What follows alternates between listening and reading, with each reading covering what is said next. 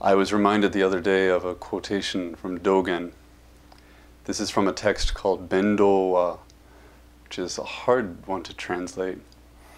But in essence, it's a set of mostly practical practice instructions. And it begins with Dogen saying some of the things that he wants to say. And then there's a question and answer at the back, which I have always assumed was kind of fabricated in the way that those things often are. I don't think necessarily that people asked Dogen these questions, but that he thought it was a useful kind of rhetorical device. But one of the questions that's asked, this is question 14, goes like this. Home leavers are free from various involvements. Home leavers means monks. Home leavers are free from various involvements and do not have hindrances in zazen in pursuit of the way. How can the laity, who are variously occupied, practice single-mindedly and accord with the Buddha way, which is unconditioned? So someone's asking, how can lay people do this at all? How can they do this in an authentic way? Monks have it made. They live in monasteries. They do zazen all the time. They're immersed in the practice. They're undistracted. Right? The lay people have so much stuff going on. How much of this is available to them? And Dogen replies, this just depends on whether you have the willingness or not. It does not matter whether you are a lay person or a home leaver. Those who can discern excellence invariably come to trust in this practice. Those who regard worldly affairs as a hindrance to Buddhadharma think only that there is no Buddhadharma in the secular world. They do not understand that there is no secular world in Buddhadharma. This phrase gets used a lot, but I'll give the whole answer one more time. He replies, this just depends on whether you have the willingness or not. It does not matter whether you are a lay person or a home leaver. So he's defining this path according to intention, not according to status, not according to the formal aspects of the path. Those who can discern excellence invariably come to trust in this practice. It's kind of a sell for Soto Zen. If you can recognize excellence, you'll find your way here. And then he says, this is the one that we come back to over and over. Those who regard worldly affairs as a hindrance to Buddhadharma think only that there is no Buddhadharma in the secular world. They do not understand that there is no secular world in Buddhadharma. So those who think that there are obstacles in our ordinary lives to this practice only see or only imagine that there's this gap. They imagine that the Buddhadharma, they imagine that the path is somewhere over there. In this case, inside the monastery, inside the retreat, inside that special space. And to that, Dogen says, they do not understand that there is no secular world in Buddhadharma. And that's something I want to talk about. There is no secular world in Buddhadharma. There's an easy way to read this, which is because there's an easy implication that if there is no secular world in Buddhadharma, then there must be the opposite, that everything in Buddhadharma must be sacred. Right? Which is a beautiful thing to say. I don't think that's what Dogen is saying. He's saying there is no secular, because there is no distinction in Buddhadharma. It's not that it's one thing or the other. It's not that because everything is Buddhadharma, everything is sacred, or everything is special, or everything is just right. It's that anything you posit as this or that in Buddhadharma is not real, because Buddhadharma contains it all. Nothing is outside of that. There is no gap. I like this passage because all of us, I think, in some way have asked ourselves this question.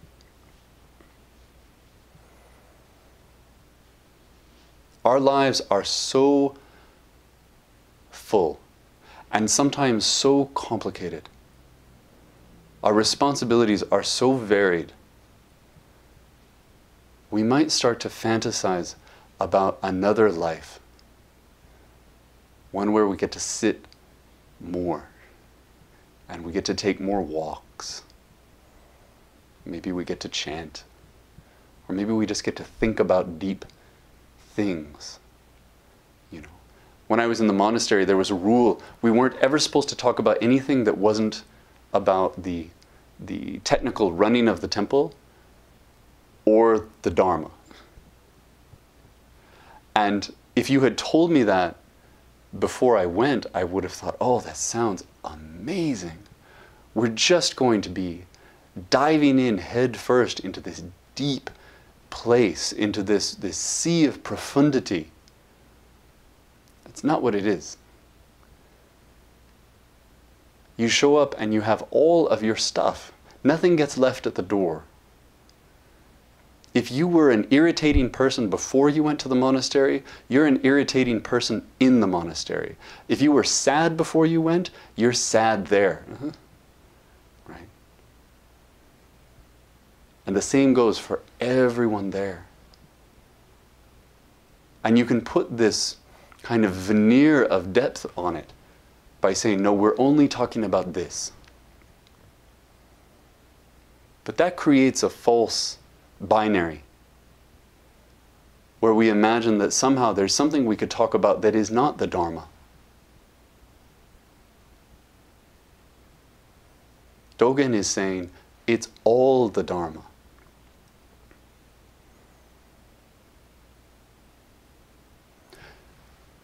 It's natural to look at, for example, this space. And now this space is online, but this space, whether in this form or in a physical form where we actually meet face to face, to imagine that it's a place to get away for a minute. Or that it's a place where something special happens, where something special is available. Or if not this as a community, to imagine that Zazen is that. Right? I have all this stuff going on, but I get to turn it off for 30 minutes or 20 minutes or 40 minutes and face the wall and go into this other place where those things are not so pressing, where they are not so real. And there in that special place, there will be something available to me, or more available to me. Something I'm looking for. The question asks, it starts by saying, home leavers are free from various involvements and do not have hindrances in Zazen in pursuit of the way. So the question rests on the idea that there's something you're chasing. Something you want. And it's over there. You go there. You rest in that, or you try to grab onto that before it gets away. Thinking this way is the most natural thing in the world. But Dogen and this tradition, in 1,000 ways, say, please don't. Move beyond that idea, that there is something special here. I've thought a lot in the last year about the idea of sangha, because our sangha has changed so much. about what this is. And one of the things that I keep coming back to is, I don't know if any of you have ever attended a meeting of Alcoholics Anonymous or something like that. I'm not in recovery personally, but I've been invited a few times as, you know, to support someone I knew. So I've been able to sit in and watch how these meetings go. It's very powerful. You can walk into an AA meeting here in Halifax or in New York or in Kentucky or in Japan, in Ecuador. And when you walk through those doors and you make eye contact with someone across the room, there's something you know about that person and something that person knows about you. There is something you're both holding, something you are trying to figure out how to hold better.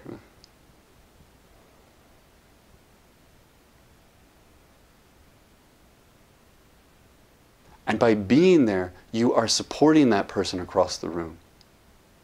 And that person across the room is supporting you. I keep going back to this image because when I think about sangha and when I think about this sangha, I don't want you to imagine that when you come, you get to have this special 30 minutes or this special hour and a half, that this is a bath, that it's a place to get clean.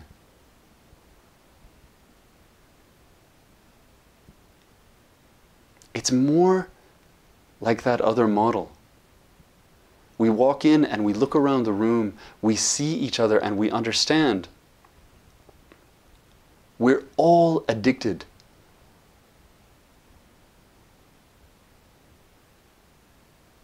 We're all addicted to ignorance and attachment and aversion. We are all trying to enact vow in our lives, and yet we all get distracted. We all lose focus. We all lose the energy for it. All of us. Because we're human. We do this simple ceremony. We say the verse of atonement. We say, I take responsibility and I acknowledge what I'm carrying. And then we say the vows to say, and this is what I have to do with that. And whether we can make eye contact with each other or we can only look at each other's faces on the screen, when we come to this place, we understand all these people are carrying the same thing that I am. And all of these people are wanting to carry it better. And so we come here not so that we can have an experience, but because we understand that we need support in this endeavor that colors every moment of our lives. The purpose of Zen is not to feel a particular way.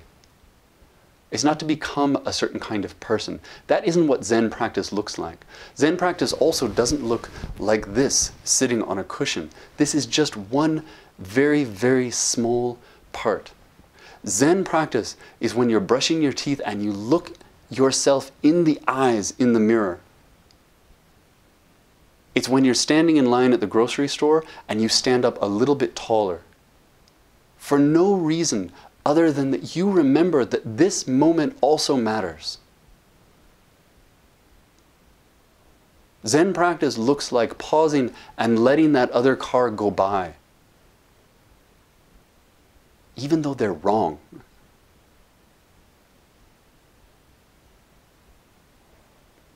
It looks like 1,000 small moments in the day, only one of which involves this cliche of a pose. Only one of which allows for this kind of breathing. only one of which smells like incense.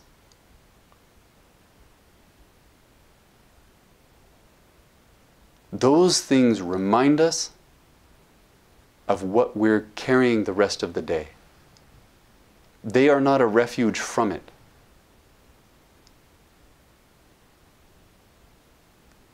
Sitting in Zazen and seeing the other people sitting in Zazen, bowing and seeing other people bowing, chanting and hearing other people bowing, other people chanting. We come here for that.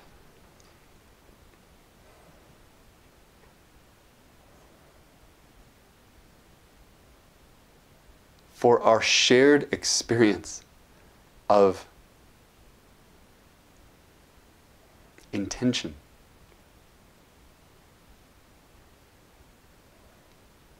And for the mutual recognition that it is hard to do this. And we do it in this way because this is one good way to do it. But it isn't the only way to do it.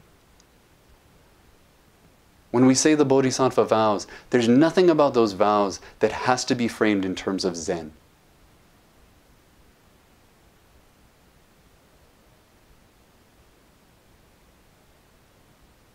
They're about taking responsibility, and they're about seeing ourselves as bigger than is natural.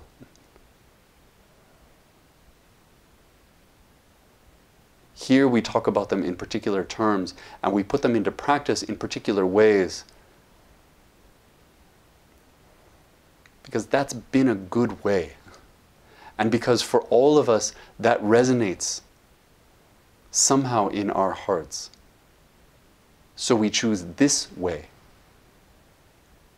But we can choose another way, and we can also notice that maybe there are other places where we get the same thing. Maybe this is not the only community that supports us in vow. Maybe we have other relationships that support us in vow. Maybe we have other activities that support us in vow. This is one.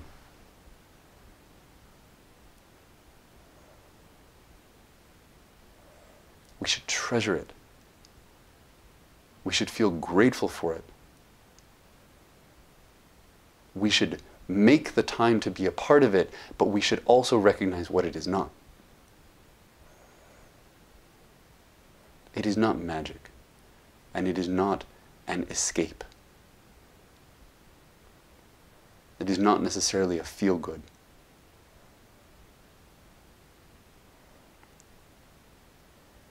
It's a public act of recommitting. It's a group endeavor, undertaking the hardest thing you can take up.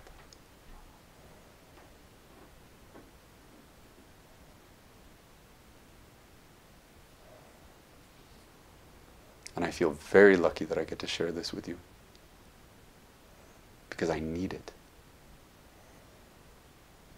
I think some of you need it. We should just admit it.